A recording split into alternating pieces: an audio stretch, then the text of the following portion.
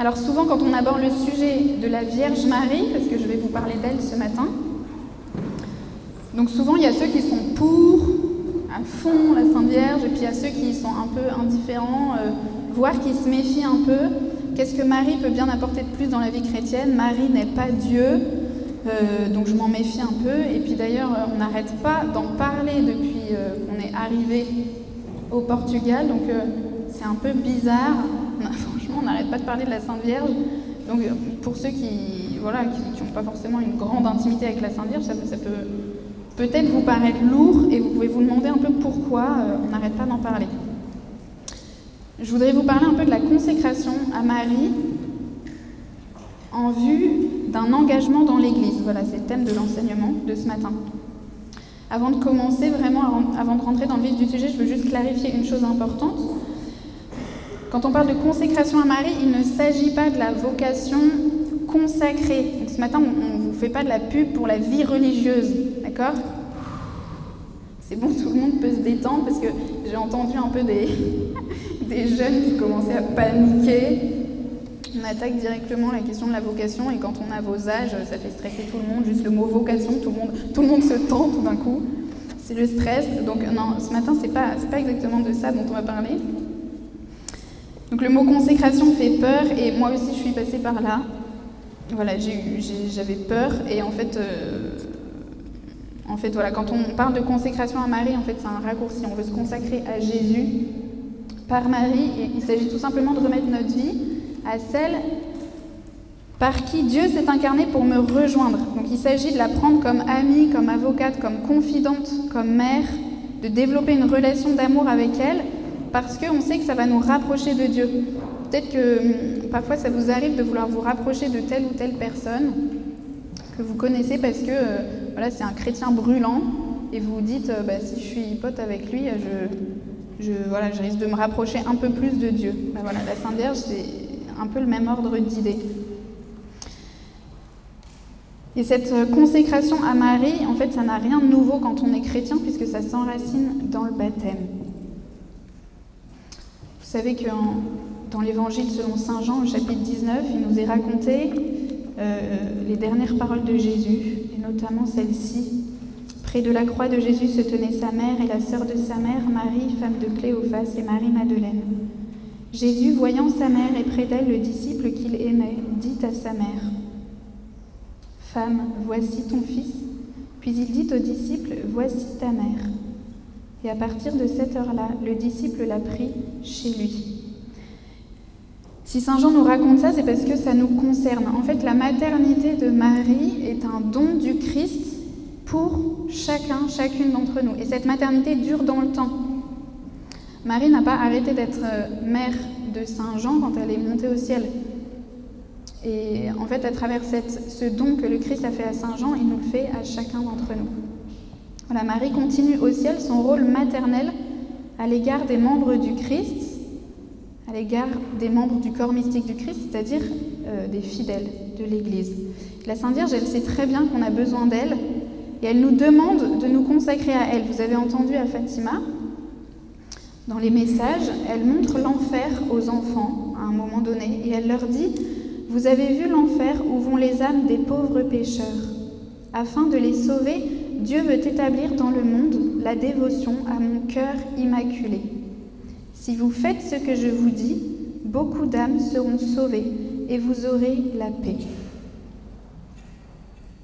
Voilà, donc c'est pas parce que la Sainte Vierge a envie d'avoir des amis ou qu'elle est tournée sur son nombril qu'elle veut qu'on se consacre à elle. C'est parce que c'est sa mission, tout simplement. Sa mission, en fait, c'est de restaurer la vie surnaturelle dans notre âme. Vous savez que le oui de Marie à l'Annonciation a permis, en fait, que Jésus s'incarne et que Dieu, en Jésus, nous sauve. Et donc Marie a coopéré, en fait, à mon salut par sa foi et son obéissance. Et c'est pour ça qu'on dit qu'elle est notre mère. Elle est notre mère dans l'ordre, non pas de la nature, mais de la grâce. Et c'est vraiment la volonté de Dieu qu'elle coopère à la naissance et au développement de la vie divine dans notre âme. En fait, la Sainte Vierge, elle veut simplement nous aider et elle veut notre salut. Et vous comprenez donc pourquoi la consécration à Marie, la consécration à Jésus par Marie, est la dévotion adaptée pour entrer pleinement dans le projet de salut que Dieu a pour chacun d'entre nous. C'est le chemin sûr pour ne pas se perdre. Et vous comprenez aussi que chacun d'entre nous peut avoir une relation personnelle avec la Sainte Vierge. Parfois, souvent même, on parle de relation personnelle avec le Christ, de rencontre personnelle avec le Christ. Mais est-ce que tu as rencontré la Vierge Marie, personnellement dans ton cœur? Est-ce qu'un jour tu as senti son amour pour toi? Est-ce qu'un jour tu l'as senti être ta maman, ta mère? Alors, je vous fais un petit partage. Moi, j'ai eu la grande chance, quand j'étais enfant, de sentir la présence de la Vierge Marie à mes côtés, de sentir sa douceur, sa bonté, son amour maternel. Quand on est enfant, parfois on a une sensibilité spirituelle plus forte. Et voilà, moi ça avait été mon cas pendant un petit temps, où je sentais que la Vierge Marie me voulait du bien, qu'elle était de mon côté, si vous voulez, elle était de mon côté. Et puis un jour, je me suis consacrée à elle par un des moyens que l'Église propose. Et j'ai vraiment senti que j'étais revêtue de son manteau, que j'ai senti comme une seconde peau me courir sur tout le corps. Et voilà, si je vous partage ça, c'est pas parce que... c'est simplement parce que toutes les grâces qu'on reçoit, en fait, c'est pour l'Église, c'est pour les autres. Donc voilà, je vous partage cela. Le but, c'est pas de sentir forcément la présence de la Vierge Marie, mais juste pour vous témoigner, en fait, c'est vrai. Ce que l'Église nous dit de Marie, c'est vrai, j'ai vraiment expérimenté cette maternité, cette bonté de la Vierge Marie. Et j'ai expérimenté aussi que la Vierge Marie prend au sérieux les démarches que l'on fait dans notre vie, les questions qu'on lui pose, les demandes qu'on lui fait. Et elle y répond un jour ou l'autre. Alors parfois, on a une mère de la terre qui nous a beaucoup blessés. Ça peut arriver, ça arrive régulièrement. Une mère qui a été absente, qui a été indifférente à notre vie, qui nous a insuffisamment nourris, qui ne s'est pas occupée de nous, qui n'a pas pris soin de nous. Une mère qui n'a pas répondu à notre besoin de tendresse, notre besoin d'amour, ou même à nos besoins élémentaires concrets, se nourrir, se vêtir. On a pu avoir une mère qui nous a humiliés, qui s'est moquée de nous, qui nous a pris pour son esclave, ou alors une mère violente, par des paroles, par des gestes, par des actes. Une mère qui nous a dit des paroles de malédiction. Une mère qui nous a fait sentir qu'elle ne nous aimait pas, ou alors qu'elle préférait notre frère ou notre sœur. On a pu avoir aussi une mère étouffante, qui décidait tout pour nous, qui ne nous a pas appris à marcher librement, à poser nos choix. Bref, tout ça, vous voyez, contribue à ce que notre image de la maternité et de la mère est abîmée. Et du coup, dans ces cas-là, on a du mal à accueillir la Sainte Vierge comme notre mère, parce qu'évidemment, on se dit, c'est bon, quoi, j'ai suffisamment souffert avec une mère de la terre horrible, je ne vais pas m'en prendre une deuxième. Bon, en fait, un de mes messages que je veux vous dire ce matin, c'est que la Vierge Marie est une mère en qui il n'y a pas de péché. Sa nature n'a pas été corrompue par le mal, il n'y a pas de penchant mauvais, il n'y a pas de péché originel en elle, elle est parfaitement sainte, elle est parfaitement pure. La Vierge Marie, elle est douce, elle est aimante, bienveillante, consolante, elle est tendre, pleine de tendresse, compatissante, elle veut nous aider dans nos difficultés, dans nos angoisses, elle veut nous faire retrouver le sourire quand on va mal. Quand je souffre, elle souffre avec moi, quand je ris, elle rit avec moi, quand je pleure, elle pleure avec moi, elle est humble. La Vierge Marie ne s'impose pas. Elle respecte profondément ma liberté parce qu'elle m'aime. Et même, vous savez quoi, quand elle me regarde, elle s'émerveille. C'est pareil pour chacun d'entre nous. Voilà, quand elle te regarde, la Vierge Marie s'émerveille. Elle ne regarde pas d'abord tes défauts, ton péché, tout ce qui ne va pas. Elle s'émerveille de ton existence, de ta vie, de ta beauté, de tout ce que tu es.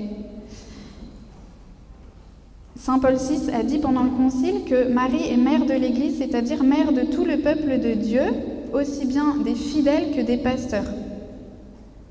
Donc voilà, comme ça au moins c'est clair, tu sais que Marie est ta mère.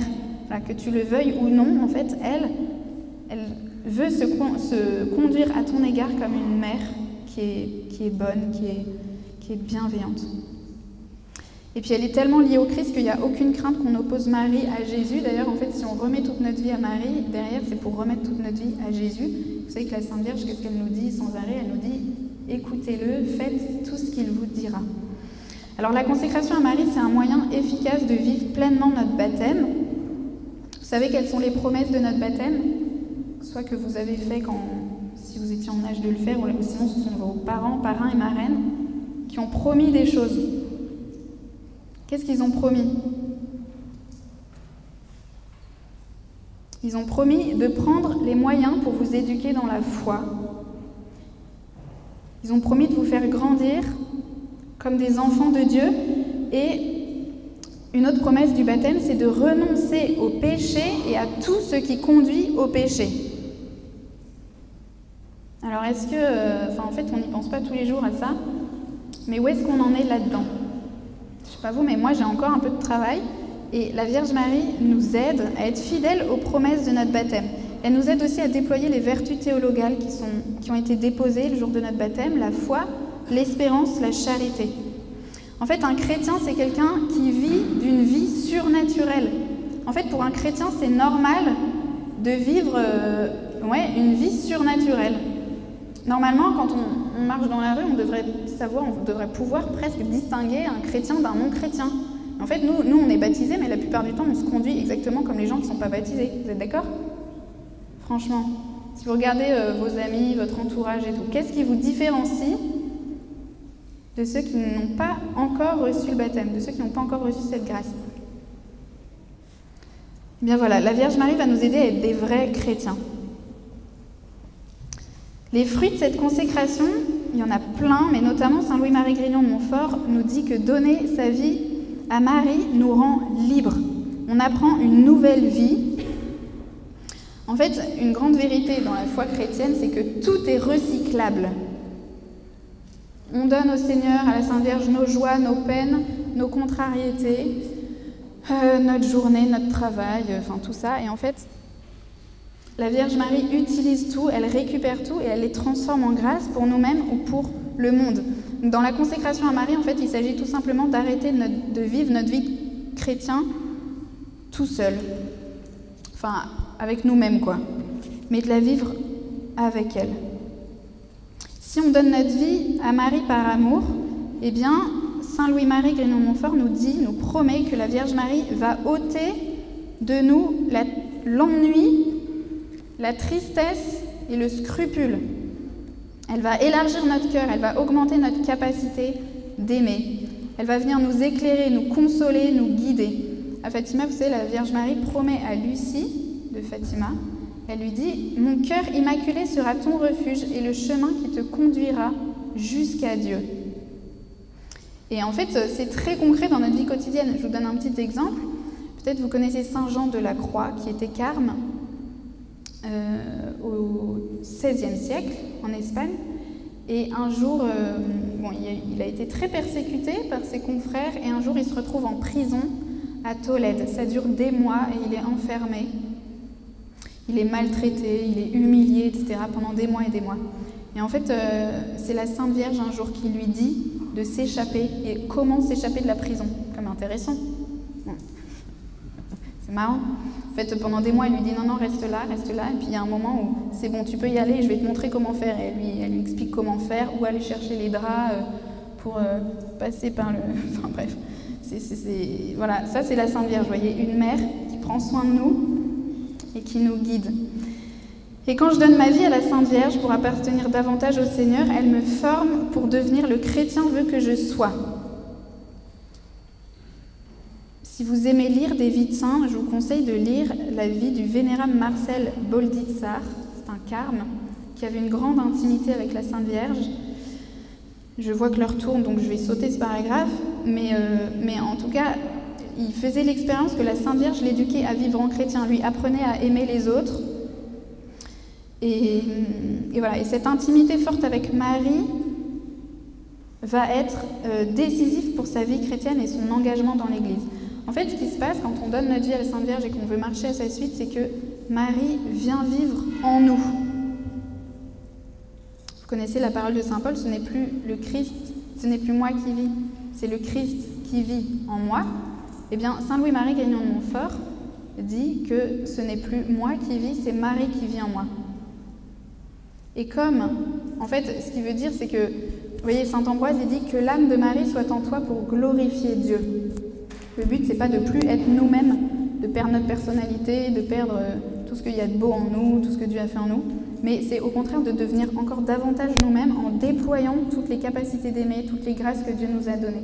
Et pour ça, eh bien, en fait, il s'agit de comme épouser l'âme de Marie, épouser sa manière de penser, sa manière d'être, et ça va nous transformer. Je vous raconte aussi une petite anecdote. Un jour, j'étais en train de faire le ménage dans la maison, et je passais l'aspirateur et tout, et je pensais pas spécialement, enfin je crois que j'étais même pas vraiment en train de prier malheureusement, je sais plus à quoi je pensais, mais voilà. Et puis il y a un moment où je m'arrête et j'ai comme une espèce de petite lumière intérieure, de sentir qu'en fait la Vierge Marie me regardait, mais que elle voulait faire le ménage en moi, comme si elle voulait que je sois un peu, vous voyez, son enveloppe corporelle, et qu'elle puisse faire le ménage avec moi, en moi. Ça m'a quand même vachement surpris au début, puis j'ai dit, bah ok Vierge Marie, venez faire le ménage en moi. Et puis du coup après, je développais ça pour tous les actes de la vie quotidienne. Bah venez manger en moi, venez rire en moi, venez parler en moi, venez marcher en moi quand je marche dans la rue, venez écrire en moi quand je suis en train de travailler, venez réfléchir en moi, venez consoler en moi quand il faut que je console quelqu'un, venez tout ça. Et en fait c'est ça, la vie, vous voyez, la vie mariale, la consécration à Marie, en fait le but c'est de développer une vie tellement unie à Marie qu'elle vient vivre en moi. Et comme elle vient vivre en moi, en fait Dieu vient prendre toute la place en moi. Parce que Marie ne sait que dire Dieu, et quand on cherche Marie, en fait on trouve Dieu. Voilà, je suis quelqu'un de normal, hein, je suis pas... Ça peut vous paraître un peu bizarre tout ce que je vous raconte. Je suis psychologue de formation et tout, donc normalement... Enfin, remarquez, il y a des psychologues qui sont un peu fada, mais en fait, cette doctrine, après avoir reçu cet éclairage-là quand je faisais le ménage, j'ai remarqué qu'en fait, c'était exactement ce que prêchait Saint Louis-Marie Grignon-Montfort, et puis voilà, d'autres mystiques, d'autres gens qui avaient dit un peu la même chose avant, et ça, c'est pour tous les chrétiens, en fait. Si je vous le partage, c'est que c'est aussi une grâce, peut-être que, enfin même sûr que la Vierge Marie veut nous donner, veut tous nous donner. En fait, tu n'as pas choisi de naître, mais pendant ces JMJ, tu peux choisir de renaître avec Marie, par Marie, en Marie, de renaître à une vie nouvelle, intérieure. Et quand Marie vient agir en moi, eh bien, ça va transformer mon rapport au prochain, mon rapport à Dieu, et puis mon rapport à l'Église. Parce que la Vierge Marie est complètement livrée au service de Dieu, au service de l'Église. Elle engendre, elle éduque des fidèles à la vie de Dieu. En fait, elle fait des disciples missionnaires. Vous savez que c'est notre vocation de tout baptiser et notamment de tout confirmer. Parmi les effets de la confirmation, vous avez peut-être oublié... Est-ce qu'il y en a qui sont confirmés ici? La plupart d'entre vous sont confirmés, et puis les autres, ça viendra bientôt. Vous savez que parmi les 5 effets de la confirmation, il y a celui-ci. La confirmation nous accorde une force spéciale de l'Esprit Saint pour répandre et défendre la foi par la parole et par l'action en vrai témoin du Christ, pour confesser vaillamment le nom du Christ et pour ne jamais éprouver de la honte à l'égard de la croix. Est-ce que vous avez l'impression que cet effet de la confirmation est vraiment vivant dans votre vie? Je ne sais pas vous, mais moi, quand j'ai relu ça, ça m'a un peu secouée. Et en fait, la Vierge Marie vient nous aider à devenir ce qu'on est appelé à être. Quand on regarde le mystère de la visitation, on voit vraiment l'âme missionnaire de la Vierge Marie, sa charité fraternelle qui la pousse. La Vierge Marie, elle est toute tournée vers les autres. Vous voyez, elle n'est pas tournée sur elle. Dans ses attitudes, dans ses décisions, dans ses paroles, on voit ça aux noces de Cana aussi. Elle est attentive aux situations concrètes, elle est attentive aux autres, elle est disponible, elle est prompte à servir, elle est prompte à se donner. Elle a un cœur d'apôtre, en fait. Et donc, quand on lui donne toute notre vie, eh bien, elle va nous donner ce cœur d'apôtre. Elle va distiller, en fait, dans mon âme, son zèle apostolique, son amour du Seigneur. Donc on va se consacrer à Marie, en fait, non pas pour se faire du bien, mais pour répondre pleinement à notre vocation chrétienne, pour qu'elle nous conduise à nous mettre au service du prochain, au service de l'Église. En fait, dit le pape Jean-Paul II, enfin Saint Jean-Paul II dans Redemptoris Mater, pour qu'elle fasse entrer dans le monde le règne du Christ. Et voilà, et ça peut se passer à travers toi, en fait. Le Seigneur t'appelle à des grandes choses. Est-ce que vous aviez déjà envisagé votre vie comme une mission dans l'Église? Souvent, on pense que c'est réservé à une élite, que c'est réservé à des gens.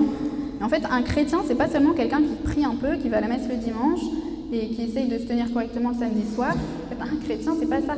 Un chrétien, enfin, c'est pas que ça. Un chrétien, c'est quelqu'un aussi qui se met au service de l'Église, qui est le peuple de Dieu, l'Église qui est le corps mystique du Christ, l'Église qui est l'épouse du Christ. Voilà, il y a plein de figures qui nous expliquent. Et l'Église, en fait, c'est chacun d'entre nous. C'est pas juste le pape et puis les gens qui travaillent au Vatican. C'est pas juste les curés, les bonnes sœurs, l'Église. En fait, l'Église, c'est tous les baptisés. Donc, c'est toi. Et donc, quelle part tu as prise dans le service de l'Église? C'est une vraie question qu'on peut se poser pendant ces JMJ. Il n'y a pas de sainteté sans consécration à Marie et il n'y a pas de sainteté sans engagement ferme dans l'Église. Je parle de sainteté parce que notre but, c'est d'être saint. Vous êtes d'accord? Notre but de chrétien, c'est vraiment la sainteté. Les saints sont les gens les plus heureux. Voilà, et tu n'as pas besoin de devenir bonne sœur ou prêtre pour être saint. Je le rappelle, au cas où ça fasse peur. La sainteté, c'est simplement vivre de l'amour de Dieu à haute dose. Et l'engagement dans l'Église, ça peut être ça peut être par la prière d'abord, et puis ensuite par des actions concrètes. En tout cas, dans la vie d'un disciple du Christ, il y a une dimension mariale qui est nécessaire.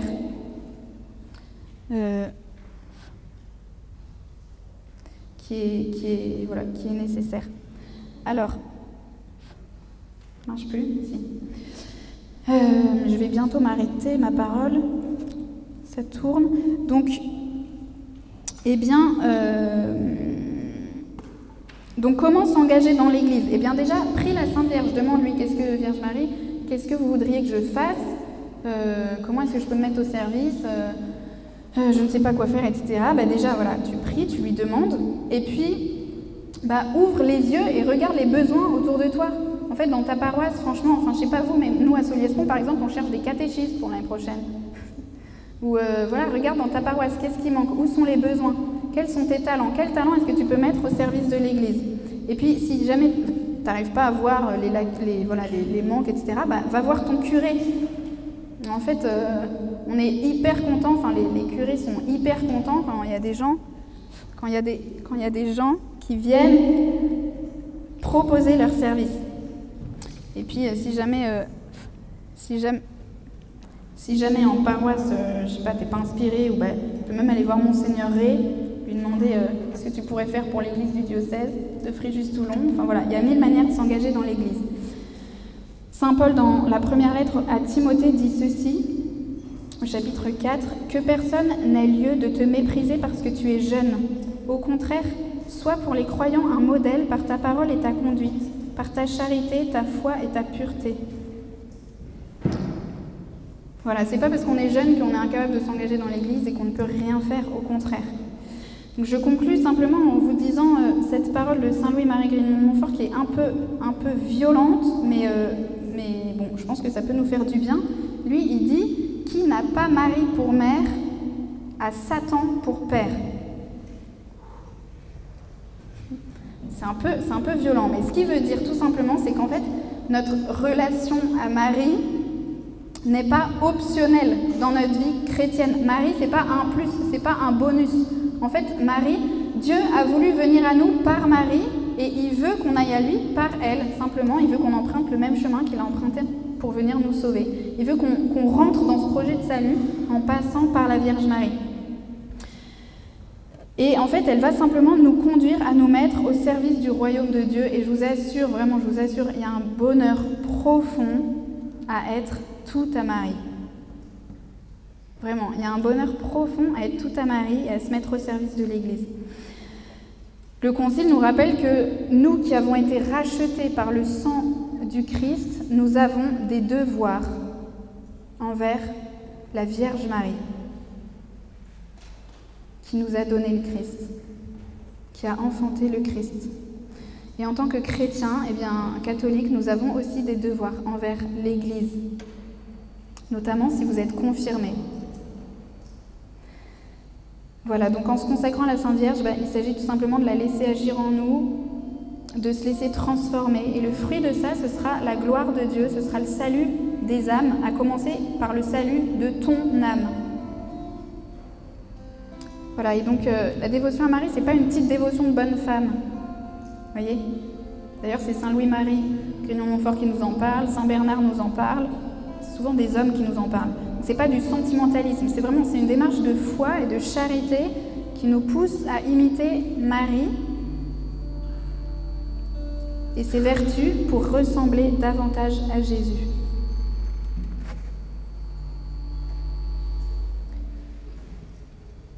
Voilà, il y a 1000 manières de se consacrer à Marie, et vous pourrez regarder dans votre Magnificat, on vous en parle vers la fin.